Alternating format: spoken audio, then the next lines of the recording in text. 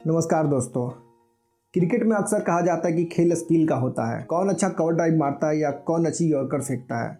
लेकिन WPL 2026 का 8वां match कौशल की परीक्षा का नहीं, यह परीक्षा है ह्यूमन इंड्योरेंस की। सोचिए जरा, एक टीम है यूपी वॉरियर्स, जिसने अभी कल रात ही दिल्ली के खिलाफ एक हाई वोल्टेज मैच खेला है। उनका शरीर थका हुआ है, नींद भी पूरी नहीं हुई है और रिकवरी का समय 24 घंटे से भी कम है। और उनके सामने कौन खड़ा है? WPL की सबसे खतरनाक टीम मुंबई इंडियंस, जो अपने घर में खेल रही है, पिछले 48 घंटों से आराम कर रही है और पूरी तरह तरोताजा है। यह मुकाबला बराबरी का नहीं है दोस्तों, यह एक घायल शेर और एक ताजे शिकारी के बीच की लड़ाई है। क्या मेग लेनिंग की सीना अपनी थकान को हराकर कोई चमत्कार कर पाएगी या हरमनप्रीत कौर की मुंबई आज उन्हें कच्चा चबा जाएगी? आज के वीडियो में हम करेंगे इस मैच का सबसे गहरा यानी deepest analysis, pitch report, playing 11 सब कुछ मिलेगा यहीं, तो वीडियो में अंत तक चिपके रहना। सबसे पहले मैच डिटेल्स नोट कर लीजिए। तारीख 15 जनवरी 2026, समय 7:30, स्थान DY Patil sports academy Navi Mumbai. दोस्तों, इस मैच में एक और बड़ा ट्विस्ट है। रिपोर्ट आ रही है कि चुनाव यानी इलेक्शन के चलते पुलिस सुरक्षा उपलब्ध नहीं है,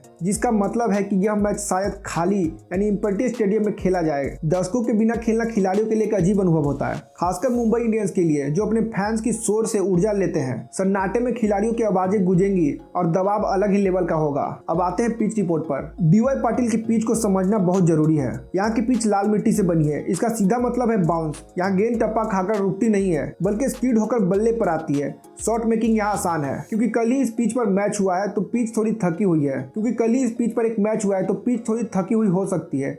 इसका मतलब है कि गेंद थोड़ा फंस सकती है और स्पिनर्स को ग्रिप मिल सकती है। यहाँ सबसे बड़ा फैक्टर है नवी मुंबई में शाम को भारी ओस गिर रही है। दूसरी पारी में गेंद गीली साबुन जैसी हो जाती है। निष्कर्ष यह है कि जो कप्तान टॉस जीतेगी वो 100% बॉलिंग चुनेगा। यहाँ 170 से 180 का स्कोर सेफ नहीं है अगर बाद में ओस आ जाए। अब बात करते हैं होम टीम मुंबई इंडियंस की। यह टीम एक वेल ऑयल्ड मशीन की तरह लग रही है। इनकी ओपनिंग जोड़ी यास्तिका भाटिया और हैली मैथ्यूज को रोकना बहुत ही मुश्किल है। यास्तिका पावर प्ले का फायदा उठाती है और मैथ्यू लंबी पारी खेलने की क्षमता रखती है। उसके बाद आती है नेट साइबर ब्रंट और कप्तान हरमनप्रीत कौर। यह दुनिया का सबसे मजबूत मिडिल ऑर्डर है। MI के पास Amelia Kerr, Nat Sciver Brunt और हैली मैथ्यू जैसे 3 वर्ल्ड क्लास ऑलराउंडर्स हैं। ये तीनों मिलकर 12 ओवर की गेंदबाजी भी करती हैं और टॉप ऑर्डर में बैटिंग भी। यही MI की सबसे बड़ी ताकत है। शबनम इस्माइल की रफ्तार आज यूपी के थके हुए बल्लेबाजों के लिए मुसीबत बन सकती है। उनके पास रिफ्लेक्सेस कम होंगे और शबनम की तेज गेंद स्टंप उखाड़ सकती है। MI के प्लेइंग 11 में आते हैं यास्तिका भाटिया, हैली मैथ्यूज,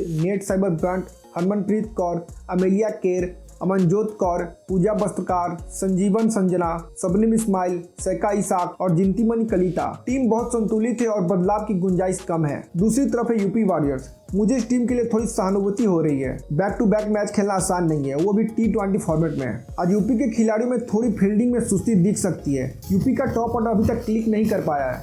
कप्तान मेग लेनिंग और एलिसा हिली अगर खेलती हैं तो आज जिम्मेदारी लेनी होगी।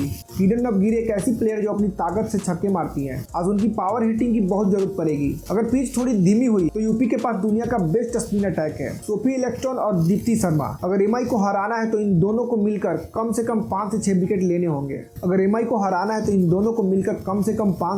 लेने होंगे। यूपी वॉरियर की प्लेइंग 11 देखें तो Alyssa Healy wicketkeeper, Kiran Navgire, captain Meg Lanning, Tahlia McGrath, Grace Harris या चमारी अटपटा, दीप्ति शर्मा, कोविल लिचफील्ड, सोफी इलेक्ट्रॉन, श्वेता सरावत, राजेश्वरी गायकवाड़ और साइमा ठाकुर। हो सकता है थकान की वजह से टीम में 1-2 बदलाव किए जाएं। चलिए आगे बढ़ते और आपको बताते हैं 3 सबसे बड़े महामुकाबले। मैच का नतीजा इन छोटी छोटी लड़ाइयों यानी मिनी बैटल्स पर निर्भर करेगा। Harmanpreet Kaur versus Sophie electron, यह बैटल ऑफ द बेस्ट है। हरमनप्रीत स्पिन को बहुत अच्छा खेलती है और सोफी दुनिया की नंबर 1 स्पिनर है। सोफी गेंद को आगे नहीं फेंकती है, वो बल्लेबाज को क्रीज में फंसा कर रखती है। क्या हरमनप्रीत उनके खिलाफ कदमों का इस्तेमाल करेंगी? Shabnam Ismail versus Alyssa Healy, 2 पुरानी दोस्त और प्रतिद्वंदी। शबनम इस्माइल की रफ्तार 125 किलोमीटर/आवर है। एलिस हेली को कट और पुल पसंद है। यह मुकाबला पावर प्ले के 6 ओवरों में ही मैच का रुख तय कर देगा। अमेलिया केर वर्सेस यूपी की मिडिल ऑर्डर। अमेलिया केर की गुगली को पढ़ना बहुत मुश्किल हो रहा है। यूपी का मिडिल ऑर्डर ग्रेस हैरिस और तहालिया मैग्रा तेज गति पसंद करते हैं। अमेलिया केर अपनी वेरिएशन से उन्हें फंसा सकती है। ग्रेस हैरिस और तहालिया मैग्रा तेज गति पसंद करती हैं।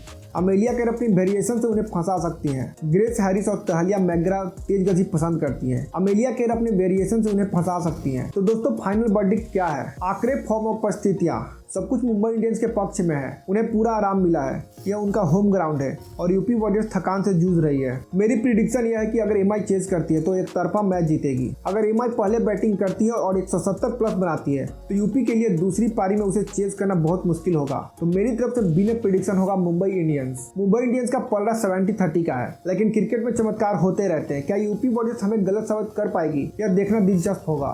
तो दोस्तों, यह था मैच नंबर 8 का कंप्लीट प्रीव्यू। अगर आपको यह मेहनत और डीप एनालिसिस पसंद आया तो वीडियो को लाइक जरूर करें। आपका एक लाइक मुझे अगला वीडियो बनाने के लिए मोटिवेट करता है। कमेंट करके बताओ सबसे ज्यादा रन कौन बनाएगा। और इस मैच से रिलेटेड किसी प्रकार की आप जानकारी प्राप्त करना चाहते हो तो आप स्क्रीन पर दिख रहे राघव भाई का नंबर है, आप उनसे संपर्क कर सकते हो, या हमसे जुड़ने के लिए आप हमारा टेलीग्राम चैनल ज्वाइन कर सकते हो। टेलीग्राम चैनल का लिंक आपको पिन कमेंट और डिस्क्रिप्शन में मिल जाएगा। हमारे टेलीग्राम पर आपको सबसे पहले मैच की प्रेडिक्शन दे दी जाती है, यानी मैच से जुड़े किसी भी प्रकार की अपडेट आती है तो सबसे पहले हमारे टेलीग्राम चैनल पर अपडेट कर दिया जाता है। तो जल्दी से जाओ, ज्वाइन कर लो और हमारे चैनल को सब्सक्राइब कर लो और बेल आइकन दबा दो। तो उसके बाद फाइनल टीम आपको हमारे टेलीग्राम चैनल पर मिल जाएगा। मिलते हैं अगले वीडियो में, तब तक के लिए अपना ख्याल रखें और खेलते रहें।